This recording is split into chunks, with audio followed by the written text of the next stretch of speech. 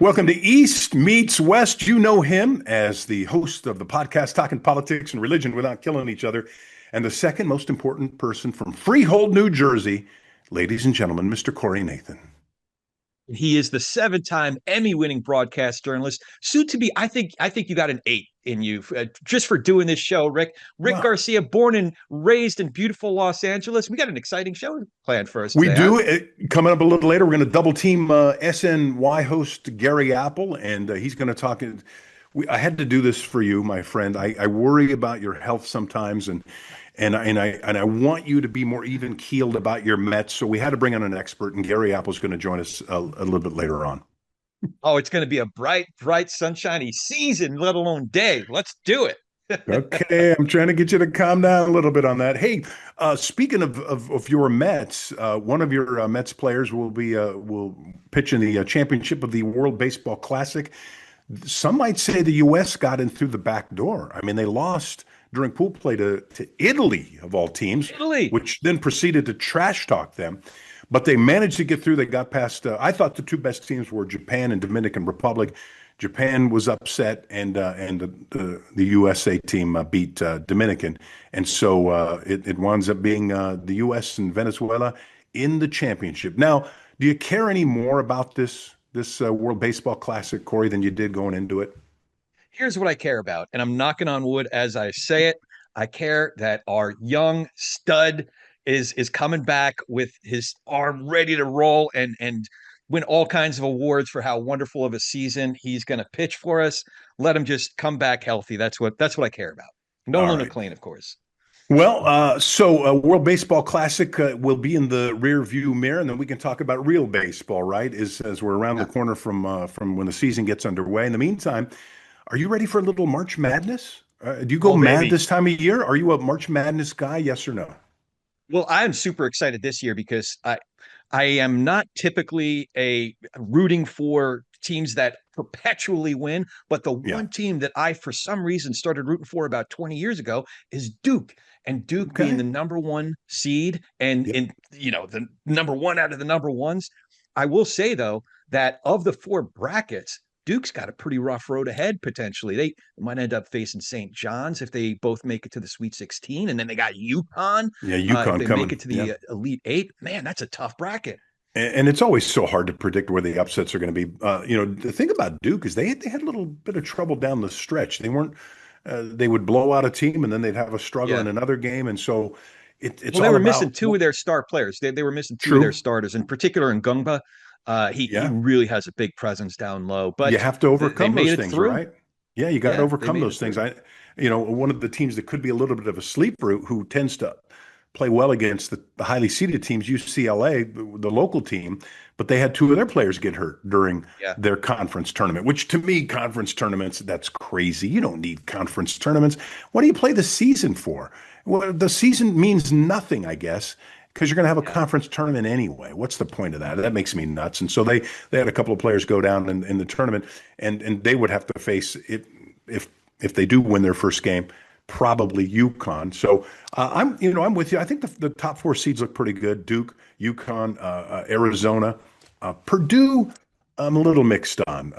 I know they lost to UCLA earlier in the year, and then they almost lost to them a second time, a shorthanded UCLA. So Purdue, I'm a little mixed on. And then we love the Cinderellas, so it'll be fun. By the way, I wanted to mention to you, Queens is in the tournament. Did you know that? Well, I don't go that deep. So I'm taking you deep. You just scooped me there. What are we talking about? I got you all excited here. Are you talking about St. John's from Queens? No. Here. By the way, I want to make sure I do mention the other top seeds like Michigan and Florida. I think Michigan is Michigan and Duke are the 2 teams I think to keep an eye on. Michigan's got a pretty clear road to the final. Iowa State is no joke, but I'm looking at that bracket. I don't know who's going to challenge Michigan to the Final Four. Well, first round game, Purdue versus Queens. I was going to really rib you about it, but then I did a little deeper homework on Queens University, the Royals, and they're a Carolina team. They're they're not from Queens. I don't. Do they have a Queens University? Do you know? Well, I think St. In John's New is York? they have part of their campus in Queens. I So might then be that wrong would be about that. Queens University if they were to change the Yeah. names then, right? Does that make Yeah. sense? Yeah. So anyway, well, it is fun though. It is fun to kind of have an eye on the games. I haven't filled out a bracket in many, many years. I always got my butt handed to me in the bracket, and the people who would win those didn't always know a lot about basketball. They just had to accidentally pick the Cinderella team that nobody was expecting. So there you have it on that. Now, are you ready to double team our guest? Well, let's do it. Very excited. Let's do it. We're gonna meet our guest right now. It's time for the double team. Double team. Gary Apple has spent 25 years at SNY as host of Mets pre and post game live. He also hosts the pre, halftime, and post game shows for the 11-time national champion UConn Huskies women's basketball team. Gary's worked at NBA TV. He's been at MSG. Before that, he was at WCBS in New York. And in the interest of full disclosure, I should mention that Gary and I worked together at KTTV, Fox 11 in Los Angeles. He is an Emmy winner, one of the hardest working guys in the business. Welcome to East Meets West, Gary. How are you, buddy? Rick, fantastic. By the way, that nice to see you. Corey, nice to see you as well. All those stops along the way can only mean one thing, and that's that you and I are both getting older. But aside from that, I appreciate the background and yeah, great to see you. Listen, one of the reasons I needed to have you on this show is because my good buddy Corey there, who's a Jersey boy, who's a longtime suffering Mets fan. I point out to him quite often that on the East Coast, the eternal optimism is always flowing. It isn't just glass half empty. I mean, it's pouring out of the glass before the season starts. So in the case of the Mets, I'm seeing all these stories about how, is this going to be the year? Will they win the World Series this time? That's every year I try to tell. It is. Tell Corey. It is amazing. Yeah. The fan base is starved. This is the 40th year. They're having a 40-year anniversary this summer out at Citi Field. Last time the Mets won the World Series, it is hard to believe it's been 40 years. 1986, the Buckner through the legs was the last time the Mets won the World Series. And so, there is optimism. It's a rebuilt team. It was a team that was disappointing last year. 2 years ago, they went to the National League Championship Series, lost in 6 games to the Dodgers, made a great run that year, and then disappointment last year. So they've rebuilt the team in hoping of taking it a better direction this year. But I will say, I love the hat, Corey. I love the hat. It makes me feel very good. And I think Met fans are excited about this team. And we'll see. I go into the season with great optimism as well. So I'm gonna allow Corey to lie on the couch, and I'm gonna let him express his feelings to Dr. Apple. Please, Corey, take it away. Yes. Dr. Apple. So I think I heard Rick actually age you more than he needed to. I might be wrong, but was last night, did I hear correctly? Last night, your broadcast with Todd Zio, was that the 20th anniversary of you actually launching the network SNY? Yes, that is absolutely the case. We came on the air March 16th, 2006. And last night was the 20th anniversary of the network. I mean, crazy. I always say that all due respect here, Rick, because I had wonderful times with you in Los Angeles at KTTV and then at KTLA and then at Prime Ticket. But man, so thankful to have gotten that job because it's been an amazing place. And again, I've been there for starting our 21st season on the air. And I was the first person, came on the air 5 o'clock in the afternoon in New York that day to welcome the audience to a brand new network. And as Gary Cohen, who's in the booth with Keith Hernandez and Ron Darling likes to say, and they said it wouldn't last. It's been an amazing run, and I'm thankful to have been in the position that I'm in for all these years. It's a great marriage, by the way, Gary. Yeah. Thank you. What was that like launching a whole new network? You had experience before, wore a bunch of different hats, but I would imagine launching an entire network must have been a really different experience. Interesting story, because before I came to SNY, I was splitting my time between MSG Network, doing some pregame, postgame, halftimes for the Knicks and the Rangers, and the Islanders and the Devils, and then NBA TV at the same time. But I will never forget sitting in the office at MSG Network, and our offices there were right a floor below the court and the ice. And so you could hear the banging of the court when the games were going on. It was crazy. But I remember sitting in the office one night, and Al Troutwig, the legendary NBC MSG host, the late Al Troutwig, I'm sorry to say, but I remember we were sitting there that night, and word broke that the Mets were contemplating starting their own network like the Yankees had with the Yes Network. And Al was like, well, I can see where the Yankees could pull it off, but I don't know if the Mets could pull it off. He said, what do you think? And I said, we'll see. They're committed to it because for a while, just like it was in LA at Prime Ticket when they had, and now Fox Sports West, they had every LA team, right, Rick? I mean, they had the Dodgers, the Angels, Lakers, Clippers, etc. down the line. MSG Network had the same thing here in New York. They had the Yankees and the Mets, the Knicks, you name it down the line, all the hockey teams. And then the Yankees broke off, started Yes Network. And Al, I said to Al, I said, if they're committed to it, I think it could work. And lo and behold, they did go down that road. And a short time later, my agent called me and said, hey, what do you think? I can get you an interview. They seem to have interest. And so long and the short of it, met with Curt Gowdy Jr., the son of the legendary Curt Gowdy, who was at ABC Sports for many years as a producer, and he became the executive producer at the start of SNY. We hit it off. He hired me, and off we've been for the last now starting 21 years. 21 years. How about that? So you are ubiquitous. Sorry, Rick, I feel like I'm already filibustering. This is your time, my friend. You deserve this. It's all you're going to get. And we'll check in with Gary when the team is 10 games out of first place. Oh, and you guys are crying. So that no, we won't be. But okay. Well, I tend to agree with you there. Before we get to the Mets, I am so curious because you're ubiquitous on that network.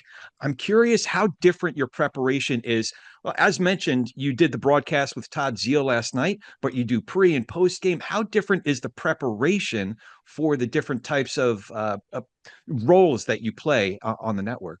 Yep, that's a good question. You listen, I parachute in to do an occasional Mets game in the booth. It's almost impossible because if you look at the rankings every year when it comes to major league booths, the top two every year, now that Vin Scully is gone, and Joe Davis does an incredible job, but it's usually, Gary Cohen, Keith Hernandez, Ron Darling, or the Giants crew. They're always usually now the top two crews. And so stepping into the booth in place of those guys is very difficult because the fan base is so Gary, Keith, and Ron locked in. I just try to get in, do the game, get out, and not have too many people upset that Gary's not in the seat that night. But obviously game prep is different than studio prep. Studio prep, I'm up in the morning. I always say this when I speak to kids and when I speak to classes, information is king, right? You have to be so prepared. You have to know your stuff. The audience knows when you don't know your stuff. And so for me, it's a 24/7 thing. Whether I'm doing the game or not doing the game, I'm up, I'm early, I'm reading, I'm researching. They both take a lot of time and a lot of effort, as we know. But I always just try to be prepared. I would say the game telecast is probably a little bit more labor intensive because, hey, you're on for almost 3 hours most nights, whereas pre and post, we have a half-hour pregame show. Part of it is scripted on the pregame, and then the postgame is a complete ad-lib show, so you're just reacting to what you saw. So I think probably preparation for the game itself, more labor-intensive, but both of them complete labors of love. Yeah, I really appreciate how good of a quarterback you are on those broadcasts, whether it's in the studio or on the broadcast itself. Thanks. But you have some great. If Todd Zeal is your guy coming off the bench, and you're passing the ball to Ron Darling or Keith Hernandez, depending on who you're working with on the broadcast itself, you have some great guys to work with. And don't tell Rick I said this, but Rick is a pretty good quarterback himself for these things. Yes, he is. Yes, and I will say this: I was with Rick for 5 years and learned a lot from Rick. He was such a great teammate, and it was a terrific time in my career. And always thankful to Rick for being so generous. because he led the way out there. He had the main gig, and I was his backup. And so he was always good to me and always, as I say, generous and a delight to work with. So I have always been appreciative of that. Oh, that's terrific. That's way too kind. I thought this is all about you, Gary. That's why it is the truth. No, appreciate that. Thank you, Gary. I appreciate that. And that was in the 30s, 1930s. I think we worked together. Yeah, somewhere right around that time. Black and white film. No. We had a good time together. We were real lucky. In fact, we'll try to get into maybe an anecdote or two if we get to the end here. But I want to give Corey a chance to talk about how great the Mets are going to be this season. Okay, I say quotes because they very easily could go on to win the World Series. They're built like that. But we've seen this movie before. Everybody's all pumped up and fired up. And by the way, nobody is more optimistic and then more angry than New Yorkers, right? So enjoy it now while it lasts, and hopefully you guys will get as far as you can. But at some point, if the wheels start coming off, it gets ugly, doesn't it?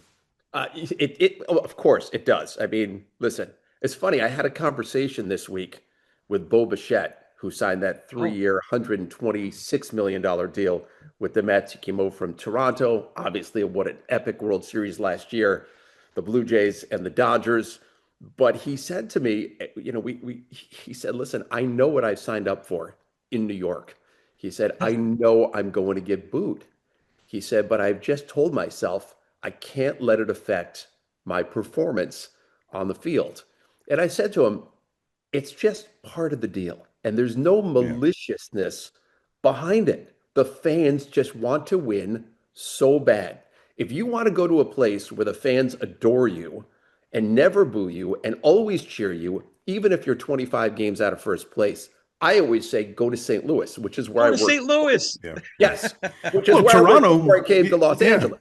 Well, Toronto, where he was, those are some of the most polite people in the world. Yes, they are. Yes, they are. Yes, that's exactly correct. And he said, listen, I would occasionally hear something there, but yes, you're absolutely right. So he knows what he's getting into in New York, and it's only because of the passion of the fan base. They want to cheer you so badly, and they're such knowledgeable fans, as Dodger fans are.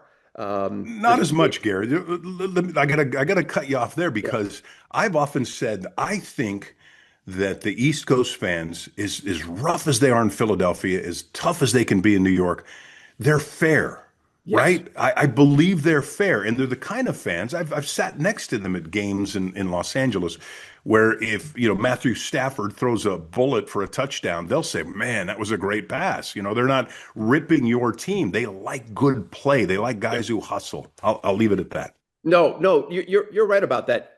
There's a great education of the fans on the East Coast. You mentioned Philadelphia, yes. Boston, they're rough, right? They're rough, but they know the game, and I think that's what I think. Met fans. And Corey, you can chime in on this as well. I think Met fans, and it's a really unique fan base. When you think of the Mets fan base from, any night you go to the ballpark, and we show them on our telecasts all the time. So Jerry Seinfeld is a season ticket holder. He's at a lot of the games. Kevin James is there all the time. Matthew Broderick is there all the time. And so many, Hank Azaria is there all the time. There is this, Larry David is there. There is this group of Met fans, and there are a lot of celebrity Met fans. Like Jerry Seinfeld calls in to WFAN radio in New York all the time. We had that long-standing conversation with Steve Summers, who did the overnight show on The Fan, and Steve would, hey, let's go back to the phone lines. Jerry from Queens is on the line. And Jerry from Queens, Jerry Seinfeld. So there is a knowledge and a unique fan base that comes with the Mets, a great passion. But I do go back to the fact that, yes, I think they know the game. If you go sit in the stands at a Mets game, you will hear fans talking strategy, and you will hear not just the passion, but the knowledge of the game, which is something I love surrounding the fan base. So, Gary, before Corey gets in another question, let's compare the celebrities then. Are you saying the celebrities that go to the LA games, like the Lakers, are not as well versed in sportage as they should? Nicholson aside, right? Yes, Nicholson aside, and some others. right?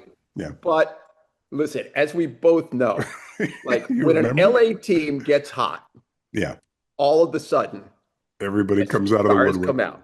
Yeah. Right. At least for the 3rd through 6th inning at Dodger Stadium. Exactly. Right. Exactly. When the their driver can get them there and their driver then leaves early. Right. And listen, I became one of those fans when I lived out there. I'll never forget this story. I had one of my cousins come visit me, and he's been a long time emergency room doctor in Denver. He lives in Denver, but he came out to visit me years ago. We went to a Lakers game. I'll never forget it. They were playing Charlotte, and it looked like the Lakers were going to lose. They were down by like 6 or 8 in the last minute, and I turned to him and I said, Evan, let's go. I said, let's beat the traffic and go have dinner. And he's like, no, let's stay today. We get in the car, we turn on Chick, and boom, the Lakers hit 2 late threes to force overtime. And he looks at me and he's like, come on, what have we become here? And I'm like, I'll never do it again. But yes, so the Stars come out, as you say, they beat the traffic in, they beat the traffic out. And I think it is different in New York. I think you have this loyal fan base that is really engrossed with the team, and they're there, every night, no matter what the situation is. Corey, let's talk about, let's get into the team now, because we don't want to take up too much of Gary's time. He's a big star now in New York. Oh, couldn't be bigger. Yeah. Could not be bigger. Yes. Go ahead, Corey. Fire away. Well, we could talk about some of the higher profile transactions and signings, but I'd like to start with some of the areas of concern. For example, right field. With Soto moving to left field, right field, we're starting, it looks like, I think we're going to be starting this really exciting rookie, Carson Benj, hitting 400. What are the areas of concern for you that are most glaring, or are you pretty excited about some of the holes that they've filled and improvements that they've made? So listen, you're replacing Pete Alonso at first base, and you're replacing a guy who's hit the most home runs in the history of the Mets organization. He broke Darryl Strawberry's record last season. So that's one area of concern. How are you replacing that? But I think they've replaced that portion of their team with professional at-bats. Like, Juan Soto stole 38 bases last year. Like, he had never come close to that in his career. But guys took a lot of pitches. They were long at-bats, and he had opportunities to run. I think those at-bats are going to be very different this year. They've gotten guys like Bo Bichette, Jorge Polanco. They hope that Marcus Semien, who's an aggressive hitter, can bounce back offensively. We know what a terrific defender he is. So I don't think Soto's going to have as many opportunities to run this year, because I think the at-bats are going to be very different, more aggressive, right? So I think the entire shape of the team is going to be a little bit different because of that. And I think we're going to see a very different approach with this team. And I've had a chance to chat with the manager, Carlos Mendoza, about that. And he said, he goes, I love what I'm seeing in the at-bats. So I'm not concerned about that. I am concerned about the home runs, and do they need to replace all those home runs? Polanco did hit 26, right, last year for the Mariners, and then hit big one in the postseason, had a good postseason. Alonso hit 38 last year. So I guess there's a little concern there, but I'm not super concerned about that. When you mentioned Carson Benj, they said to Carson Benj this winter, you've got a chance to make the team and be one of the starting outfielders. He has done everything they have asked of him this camp. So I don't have any concerns about Benj. It's tough to play right field out at Citi Field. He has got a rocket for an arm because he was a two-way player in college at Oklahoma State. He was a pitcher and an outfielder. And so he transitioned away from pitching and went to being strictly an outfielder. So I'm fine with him. And I think, they picked up Mike Tauchman right before the start of the veteran, was in Chicago last year. I think he's got a chance to make the team, and they will keep both Benj and Tauchman. Because if you look at their infield, and they have Bichette, Lindor, as long as Lindor is ready to go, and he's back from that hamate bone surgery and played a couple of days ago, as long as he's ready to go, and they have Bichette and Lindor and Semien and Polanco on the infield, I think they can carry another outfielder, because all four of those guys have played all across the infield. They've played second base. They've played third base. They have Brett Beatty, who can play third base and second base and first base and right field. I think they have great versatility there. So I think they could potentially carry both Benj and Tauchman. So I'm fine with the lineup as it is. Listen, the thing that brought them down last year was their pitching. The pitching just faded in the second half. Senga got hurt. He's had a great spring so far. David Peterson ran out of gas. If he can bounce back, I think the addition of Freddie Peralta atop the rotation, huge. And Nolan McLean, who's going to pitch the championship game of the World Baseball Classic tonight, going to get the start for Team USA. I think he's going to have a monster season. So, listen, I am bullish on this team. We've got to see it play out.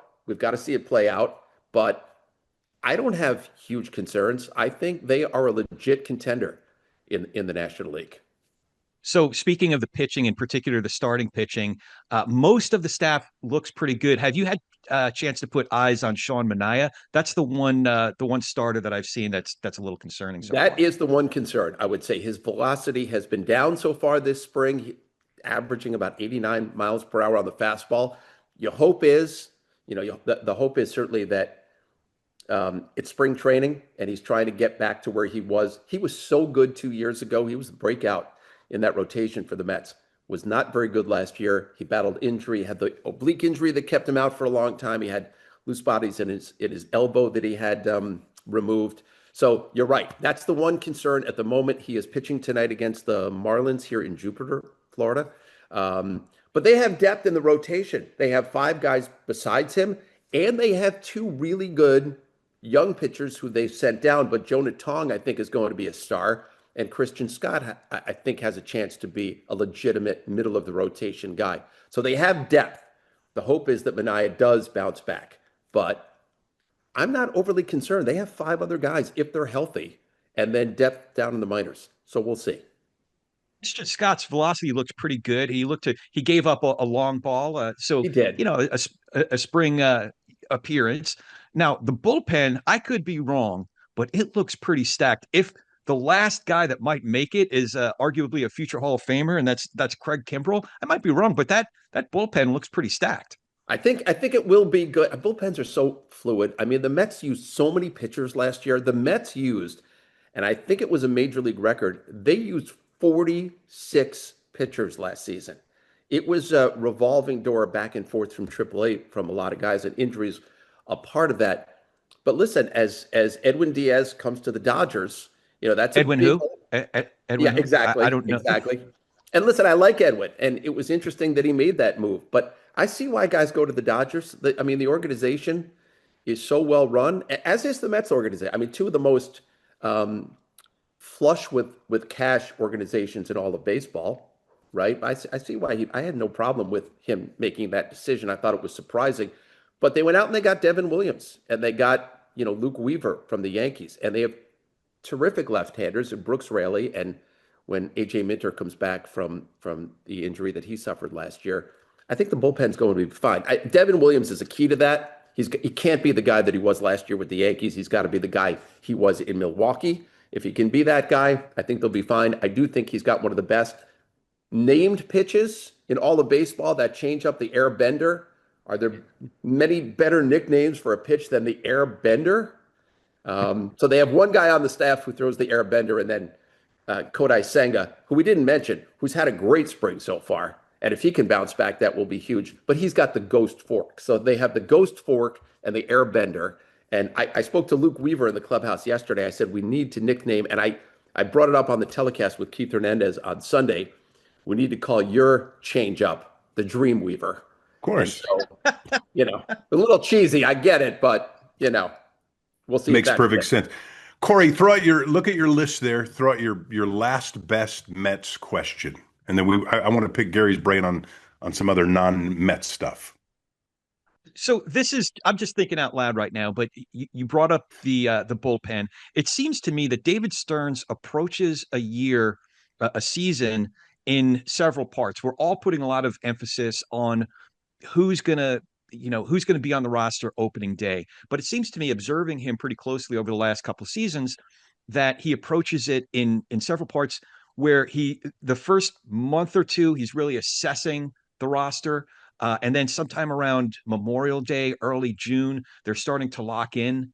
And then another stretch before the trade deadline. Is that how he, from your observation and maybe conversations with him, is that how he approaches the season, or am I reading too much into those moves? No, I think you're 100% correct. I mean, I think that Memorial Day is really the first benchmark of where you are into the season, and then trading deadline is that next. I think the feeling is if you can be in contention at the trade deadline, then you can do what you need to do. If you need to add pieces, and they thought they added good pieces last year at the trade deadline, I thought they did too, especially in the bullpen. It appeared that way, right? In the bullpen, for sure, it appeared that way. But boy, it couldn't have gone worse those last couple months. Every move they made and at the trade deadline just sort of backfired, and that included picking up Cedric Mullins, who I liked in Baltimore. He was terrible.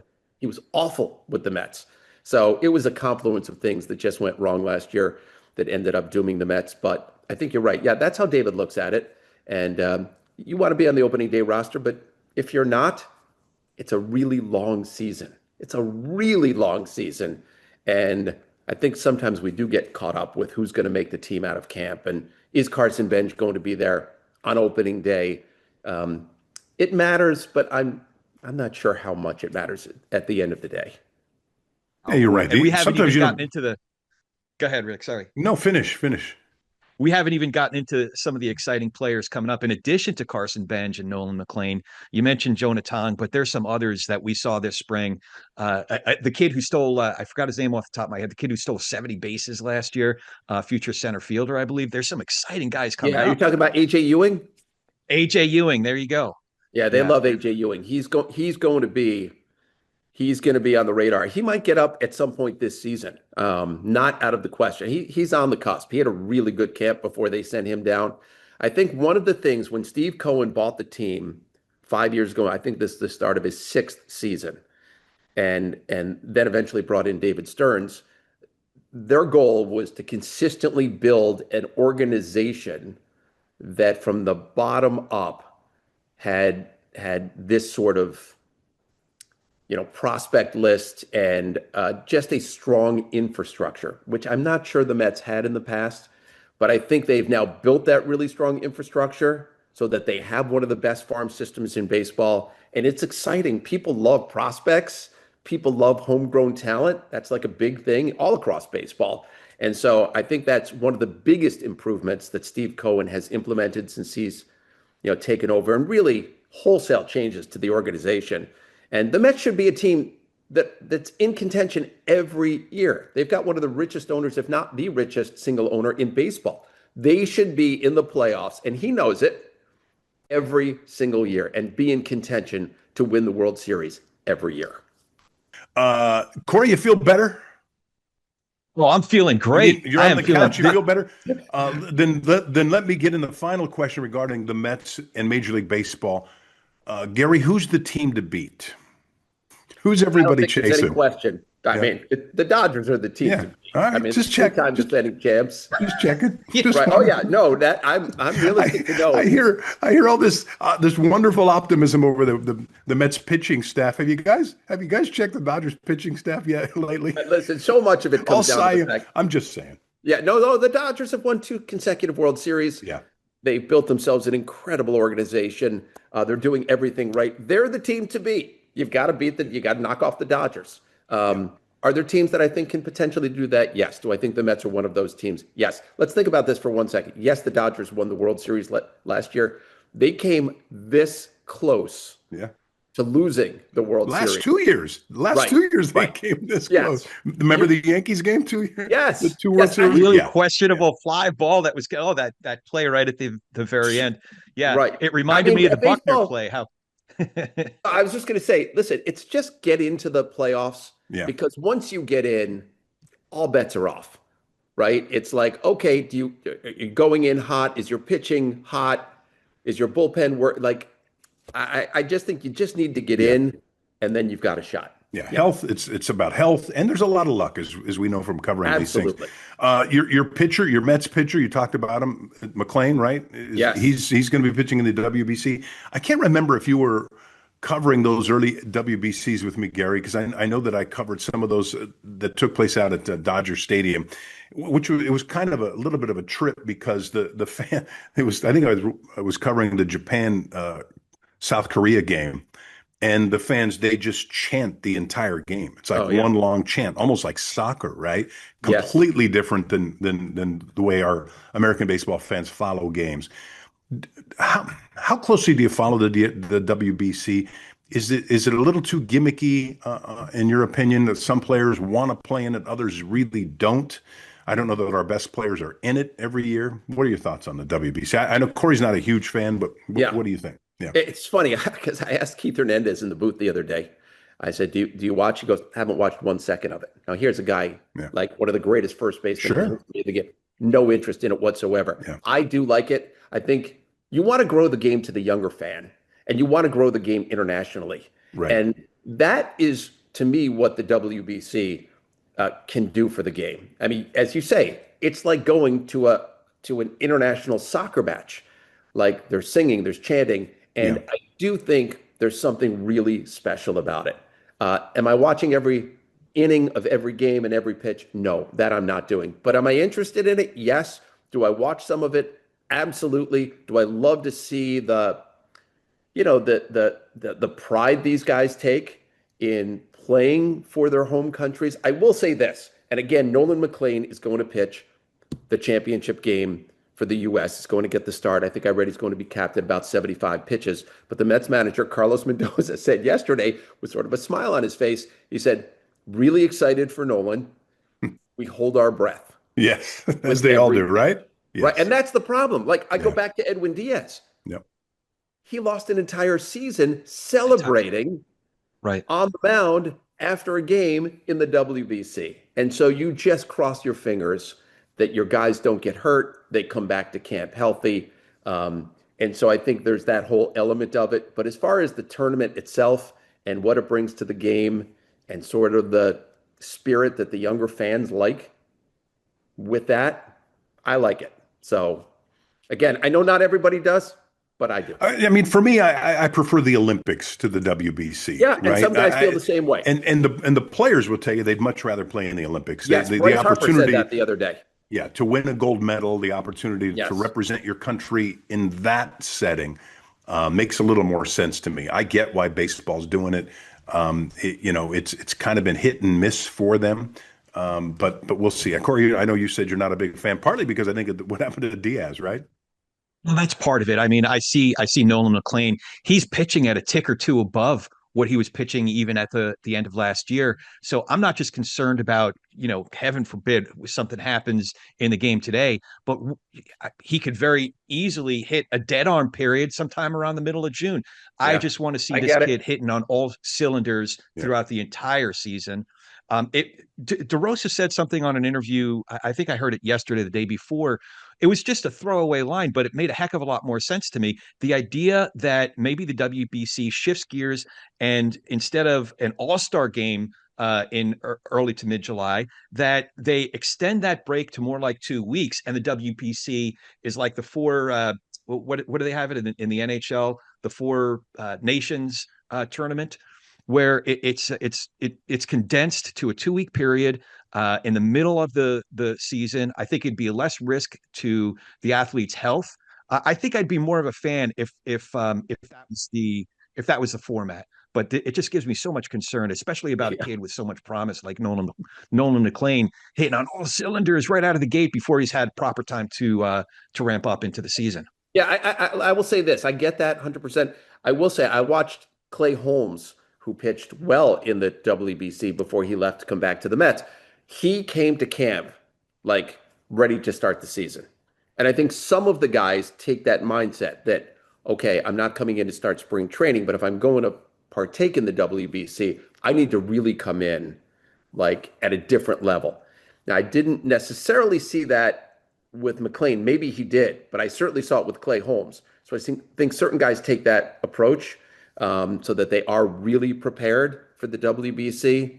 But no matter how prepared you are, and everything you're saying is true, there is a worry there. I'm not sure I'm on board, because I've heard DeRosa say it too, that that middle of the season, maybe replace the All-Star game. I don't know. I think baseball's the ultimate everyday game. When you start late March, beginning of April, I just think you get into a rhythm and you take 2 weeks off. I don't know how that would affect things, but we'll see. It's 2 weeks off, yeah, and less time to recover from an injury, right? At least Right. if McLean were going to get hurt tonight, he's got a long way to go, and he can still be back for it. So that's dangerous too. Listen, and we want to remind our viewers that and listeners, we're talking to Gary Apple of SNY. Gary, can you maybe kind of give us an idea, describe the mess that is the Giants and Jets, maybe make Corey feel a little bit better about his Giants now that Harbaugh's in town? It's interesting because I've always said this, and I used to be a big NFL guy, and I do not watch the NFL as much as I used to, but I don't care what sport it is. I think winning organizations, and I go back to the fact that Steve Cohen, what he's done to help build the Mets. I go back to the fact that organizations are built with great ownership, and the Giants have had great ownership over the years. The Mara family and the Tisch family, who have co-owned the Giants for many years, have been wonderful owners. Now, they've hit this period where it's been really, really rough. Ever since they won those 2 Super Bowls with Eli Manning, it's been a bit of a downward spiral. And I think things will change now with Harbaugh coming in. I do think the Jets, I'm not sure about their ownership. And I think, listen, the Jets have been a somewhat, say what you want, cursed franchise for a lot of years. But I don't know, from an ownership standpoint, I think when you get owners who are too hands-on sometimes and don't let their people that they bring in to run the organization, I think if there's too much hands-on from ownership, I think that can be a bad thing. And I think that goes on. And again, I'm not privy to too much. I'm not around those organizations. I'm a fan. I do think there's some of that goes on with the Jets. But listen, my wife, as a kid, was a season ticket holder with, her family was season ticket holders watching the Jets and Joe Namath at Joe Namath. She was born in 1969. So she wasn't really, when they won the Super Bowl, she was just making her way to earth here. Be careful. Be careful when you talk about, okay. Wife's age. But I think over the years, ownership has changed many, many times. And I think that plays into the equation. Yeah. We had that out here. Donald Sperling with the Clippers. We certainly saw that. Yes. Yes. To your point, I'm going to be honest with you. Remember years ago, Rick, you brought me to one of his parties. It was over in the Beverly Hills pad. Yes. And I remember going to one of those parties with you at his house. Yes, that's right. The great Donald Sterling. Well, I say great. I should say infamous. Infamous is the word. Infamous Donald Donald back up Sterling. on that. Oh my gosh. I was great, but infamous. Yes. I got called. One of these days we'll share it on the show. I got called into one of his offices one time as he kind of gave me a little bit of punishment over the way he felt I was treating the Clippers. And you should look at that as a badge of honor. No, you're right. They were brutal, and I called them brutal. Gary, I want to touch on it real quickly on this. You also are part of the Yukon Husky, the women's team in terms of the broadcast. Is that correct? Still, so we had the women's package for 13 years. At SNY. And we lost it this year because of the new television deal between TNT and Fox and ESPN and NBC Peacock. So this was our first year without it, but I actually did one of their games for Fox and FS1 a couple of weeks ago. I did their game up in Stores. It was senior night against Providence. So I'm still close to the organization. I'm still close with Gino and gosh, what can you say about what they've built there? Yeah, and the reason I brought it up though mainly is because when we were covering sports in the 30s, 40s, there was no way you were going to get a camera out to women's sports. We rarely ever. Well, first of all, it was hard to get a camera for any sporting event because we were sports, Corey, and news, and the news department was kind of at the low bottom end of the totem pole, right? So we had to scratch and claw for getting a camera to cover stories, but there's no way you were going to get a camera to cover women's sports. And here we are, fast forward today. Now we're I have a couple of buddies who are closeted WNBA viewers, and they're finally coming out and admitting it, that how much they enjoy watching women's basketball. For us, it's women's soccer. I have my family of girls who played soccer, and so we watch the U.S. women's national team every single game, and we've been to a couple of games in person. What do you think of where women's sports is today compared to when you and I were working together in Los Angeles, during our tenure there? I've got to say, I love it. We watch a lot of it in our house. And I think it's awesome. I have a niece who is a soccer player and a top goalkeeper. She's a junior in high school, but she's already committed to play college soccer at University of Georgia. And so I absolutely love it. I love women's hoop.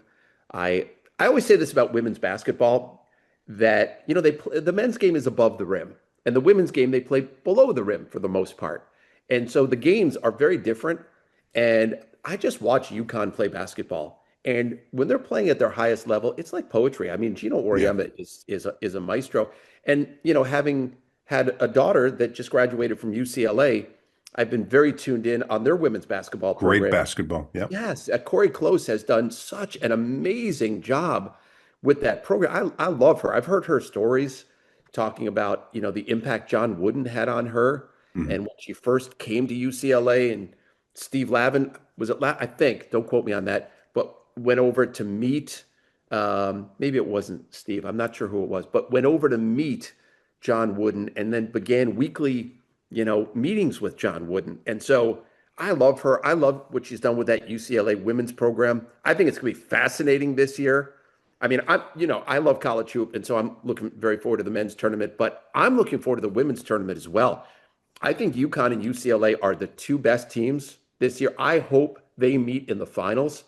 And so I guess long answer to your question is, I love women's sports. I love what it's, ascended to. I think they have to be careful in the WNBA. They've got this collective bargaining issue that they're dealing with, not to overplay they should get everything they should possibly get. Right. I do think Caitlin Clark is like one of the great stories in sports, and they should, she's phenomenal. Like when I'm flipping the dials and she's playing, I stop. Yeah. So listen, you're a father of daughters, right? Yes, sir. Daughters, and so probably plays into it. I don't know about you, Cor, but I think it's phenomenal, the ascension that women's sports long overdue. Yeah.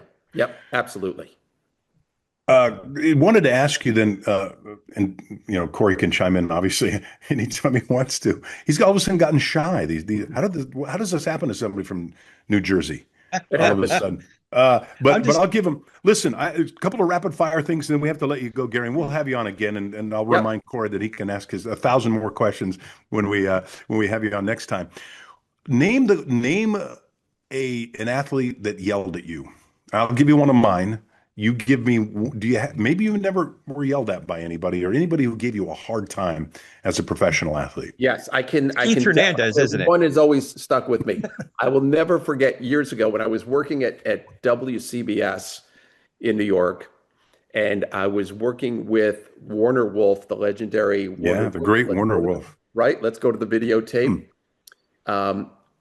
Bill Parcells, who was not an easy guy. At least for me, he was not an easy guy. I'll never forget, I'm walking through the bowels of, it was Giant Stadium at the time, wasn't it? It was before MetLife Stadium. And he stops me and he goes, "I heard your prediction on your show last night, on the news last night." I was like, "No, that wasn't me, Bill. That was Warner." I said, "I didn't give," he said, No, it was you." And then he yelled at me. He said something not, I was like, I literally walked away. I'm like, come on, man. So yes, that is one that has always stuck with me through my entire career. That's a good one. For me, it was, I was a sports reporter in Phoenix, Arizona at the time, covering a Phoenix Suns game, and they were playing the Lakers. And Kareem Abdul-Jabbar went off on me because Kareem did. And then many years later, when he was with the Lakers, I interviewed him several more times, and he couldn't have been kinder and nicer. But he was really intense when he was in those playing years most of the time. He went off on me. because what he would do is he would do his interviews with the electronic media first, because the quick turnaround. Then he would go sit down with the newspaper guys that we used to call them the scribes, and he would be with a gaggle of newspaper reporters, and so we jumped in with our camera, and he went off on us. Hey, I'm doing the interview with these guys now. You get out of here, kind of a thing. And then, years later, I felt about, I was already much shorter than he is, but that was a rough one for me. And I used to also see Kirk Gibson go off a lot on people when he was with the Dodgers, and he and I got along great. I don't know why. Yeah. So how that can be sometimes where some guys I had guys who were very tough on other people who I had great relationships with. I'll give you one. Towards the latter stages of his career, I saw him go at some people. Michael Strahan. But my relationship with Michael through the years, and Michael's a wonderful guy. I mean, like, such a great guy. But he was on the back pages of the Post sometimes, getting into it with some writers. But I've loved Michael throughout my entire career, and we still have a very strong. I see him occasionally on the streets of New York, and he's been at Good Morning America for many years, and Fox Football. One of my favorite guys ever. So it's just, those relationships. You don't, and you have to read the room, right? Eddie Murray's another guy I was pretty close to this day. If I see him, it's, but he did not do interviews. He just felt like if I wasn't the star of the game, and, he was a Met too, of course. And he just felt like, hey, don't bother me, and he was an imposing guy too. So, but people didn't realize what a nice guy he really was. He just would say no. And for some reason it was louder than when other people would say no. So, listen, I'm going to give Corey one more question. It can be anything. It'll be a wild card round. And then I'm going to share one Gary Apple anecdote. Okay. I have to ask you, since we're talking about broadcasting and your experiences as a journalist, you were already experienced as a journalist and a broadcaster when you got to SNY, but you've had the opportunity to work with some of the greats. I mean, Gary Cohen is one of he's just a joy to listen to. And I've been out here for 30 years. So, listening to Vince Scully was a joy as well. I'm not sure how much you've had an opportunity to work with Howie Rose too, but he's also another all-time great broadcaster. Curious what you've learned from working with some of those greats. Yeah, that's a really good question. And you're right about Howie Rose. I do not think Howie gets enough recognition nationally because he is, I always say this about Howie. If I'm in the car and not working a game and I flip on the radio and you put on Howie Rose, you feel like he transports you back to another place and time. You feel like you're going to hear him say, Babe Ruth's name.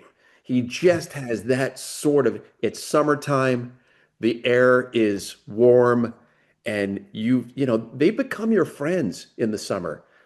Vince Scully for so many years in Los Angeles. You get in the car, you put on Vince Scully, you sit in front of your TV. So what have I learned from those guys? I mean, they're masters at their crafts, so good at what they do. And I think the number one, I go back to what we were talking about early on here. They're prepared. Nobody knows the rules of the game. Nobody knows the history of the game.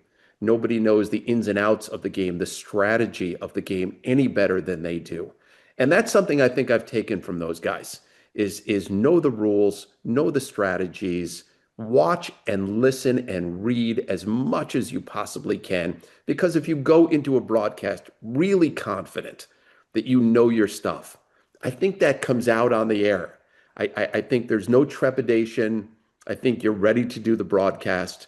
And whether you're in the studio, whether you're calling the game, I think that preparation that those guys display, I think I've learned a lot of that over the years from just being around those guys, listening to those guys, watching those guys. And I think we've both been really fortunate in both cities, in LA and New York, to have the broadcasters that we've grown up listening to and watching. And I even go back to my St. Louis days. When I was working in St. Louis, I was at the CBS TV station. We were on the first and the second floors of an office building right across from the Arch in downtown St. Louis. And on the third floor was KMOX Radio. And there were nights, and that was in the heyday of KMOX radio. And there were nights they would be doing sports radio roundtables with the Hall of Famer, the late Jack Buck, who was such a wonderful man and one of the great broadcasters of all time. It was Jack Buck. It was Bob Costas. It was Dan Deerdorf. And at the time, Dan and I worked together. I did the 5 and 6 o'clock sports on CBS in St. Louis, and Dan was doing the 10 o'clock. But he also was doing CBS, NFL, and then left to do Monday Night Football. And then it was those three and Dan Kelly, the late Dan Kelly, one of the great hockey announcers who did the Blues games. And so I've always tried to be a sponge and take as much from, those guys as possible. And feel fortunate to have worked in the markets I've worked in and been around and learned from, the legends of the game that include the great Rick Garcia.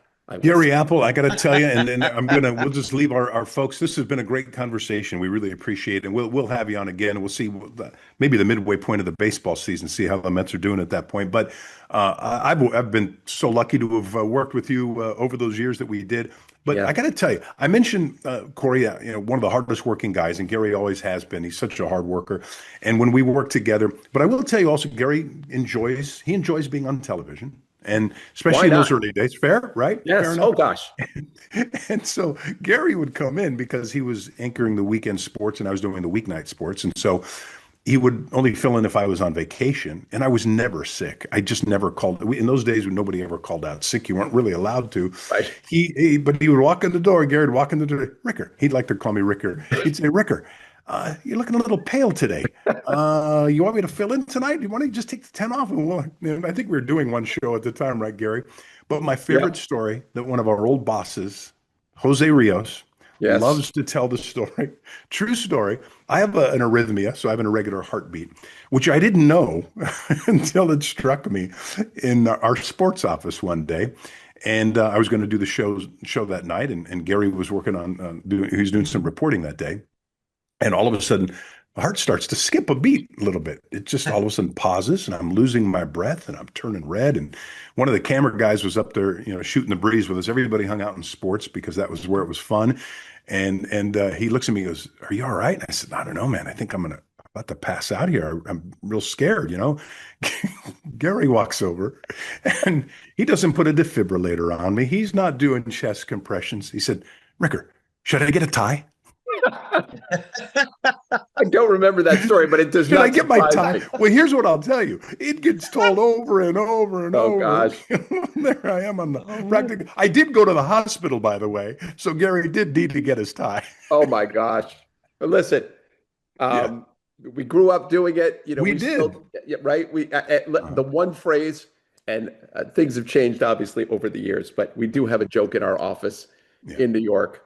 If there's going to be breaking news or something's going on, or the guys are like, "Oh, hey, we might have to go on earlier," and just the simple phrase, 3 words, "Center me up." That's it. No panic, fellas. Don't worry. Let's go into the studio. Center me up on camera. Center me up. That's right. Center me up. I think that should be the name of my book that I'll write one day. Yeah. I had another friend who was a sportscaster. His favorite line was, because it was the line that was on the left of his script, was "Fred on cam." Oh, Fred on cam. He didn't want any pictures in the corner. He didn't want any graphics. It was just all Fred. There we go. Center me up. Hey, listen, this has been a pleasure, Gary. We're so grateful to have you. You've been a success for such a long time. I was so grateful to be able to work with you for those years, and we're going to have you at the midway point, hopefully, to see where things are with the Mets. I look forward to it. Great visiting with you, Rick. I say again, huge impact in my life and my career. Always appreciative of that. And Corey, so nice to meet you and spend time with you as well. Absolute pleasure. Really appreciate your time. This was really terrific. Thank you, SNY's Gary Apple on East Meets West. Thanks, Gary. Thanks, guys.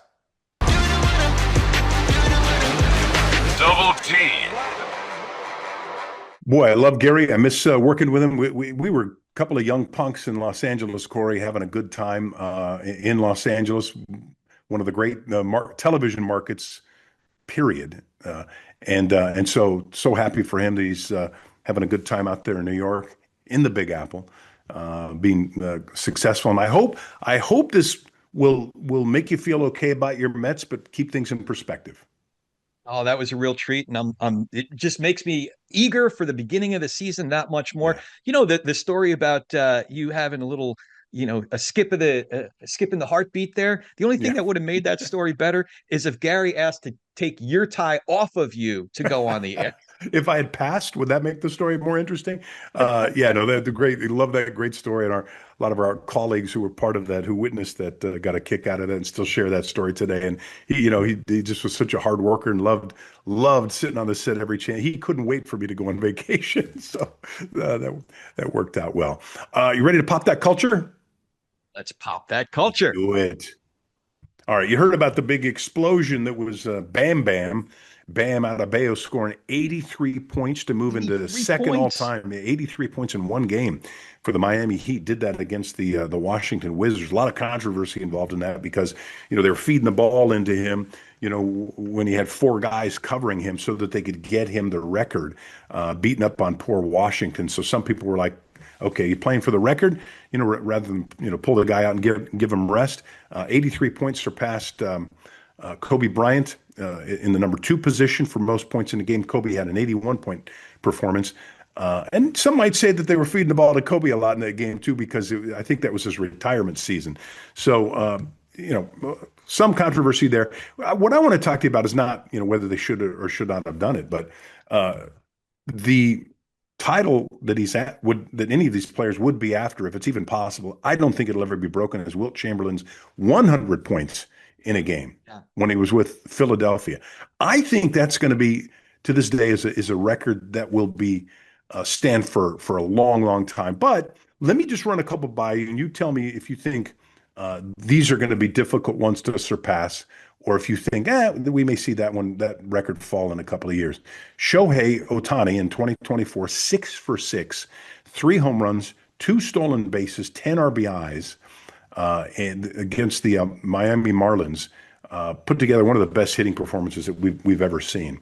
That one, I could see that one being surpassed. What are your thoughts on that? Oh man, the way I thought about this, I wasn't thinking about single game performances in terms of yards thrown or points scored. I was just thinking of overall performances. So I was surprised not to see Shohei's game 4 of the last year's, the 2025 World Series. NLCS. That's just something that will never be repeated. 10 strikeouts, 3 home runs. I just don't see that ever being repeated. Yeah.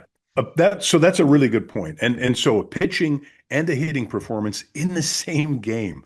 Incredible. And I agree with you. I don't ever see that thing falling again, because most teams are reluctant to allow guys to pitch and play in the field. He's a unicorn, as we've all known about him. I think Chamberlain's 100 points and 25 rebounds in a game, I just don't see that thing going anywhere.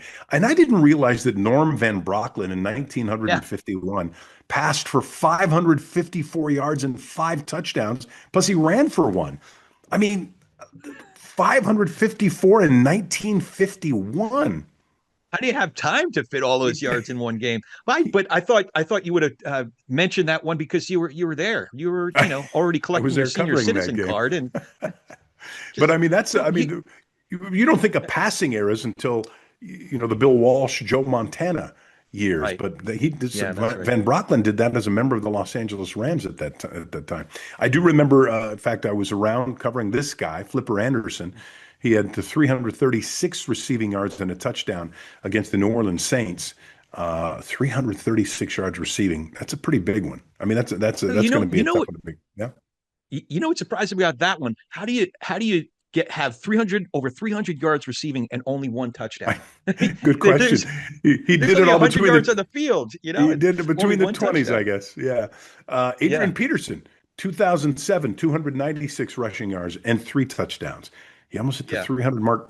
We see that done in college football, but not too often in the NFL. And we'll end it with this stat, which I got to be honest with you, don't remember it, and it's right in your wheelhouse of hockey. And Darryl Sittler, 1976, had 10 points. 10 points. So if people, for people who aren't huge hockey fans, you get a point every time you have an assist and you score a goal. And he fell just short of the single game record for most goals, which was 7 by a guy named Joe Malone in 1920. And he just fell short on assists by themselves. It's also 7, which Wayne Gretzky is one of the guys that matched the assists 3 times. But he had 6 goals, 6 assists, or something along those lines. Yeah. So they buried the lead right there. So a real fan of hockey understands that it's all 5 skaters that really make a goal happen. A lot of times it's on the other side of the ice. Wayne Gretzky was so good. So the 7 assists is the record. And then the very last thing they say in this whole article, Wayne Gretzky did it 3 times. He was just a magician to watch. What a pleasure to watch. Oh my gosh. Yeah. And well, that's why when I think about that Norm Van Brocklin 554 yards with Gretzky, that was an era of faster hockey. Things were kind of moving a little quicker. It wasn't as methodical. It was more fast break, and when you think about the 50s in football, you would have thought of a plodding 3 yards and a cloud of dust kind of a thing. But there you have it. And Bam Bam and his 83. I hope he's happy. Corey, that was fun, man. A different way with this. No, go ahead. What were you going to say about it? No, just records, sports records that won't be broken. You think of Cal Ripken's streak, and that's a great one. Wayne Gretzky's overall points, I think, is the one. Obviously, his goal was surpassed just last year, but overall points, I think he's 1,000 points ahead of number 2 on that list. Jágr, I think, is number 2 on that list. Jaromir Jágr. To that point, eventually, I never thought that I was there for Kareem Abdul-Jabbar breaking the scoring record, all-time points in the NBA. I was there in Utah. Not Utah. I was actually against the Utah Jazz, and it took place in Las Vegas. They were doing a few games, like as an experiment. The Utah Jazz would call Vegas home, and so they played a few games out there. And it just so happens the Magic Johnson, Kareem Abdul-Jabbar team came there, and Kareem broke the record, which was recently broken again by LeBron James. But I remember Magic feeding it in to Kareem, and Kareem didn't have the shot, but he would kick it back out to Magic. Magic would throw it right back to him because they wanted him to set that mark then and there. And so, he would grudgingly throw up a sky hook and break a record. Those are records you don't think are gonna fall that easily. But they do. Yeah. Takes a minute, but eventually, we'll see. All right, another fun show to see it. Another fun show, my friend. I appreciate it. The name of the show, East Meets West. He's Corey Nathan. I'm Rick Garcia. And don't forget to let everyone know you can find us on Apple, Spotify, YouTube. Leave us a rating and a review. Do all that, all the things. And this was a lot of fun, Rick. Really appreciate it. You're bringing Gary Apple on. That's right. See you next time, Corey.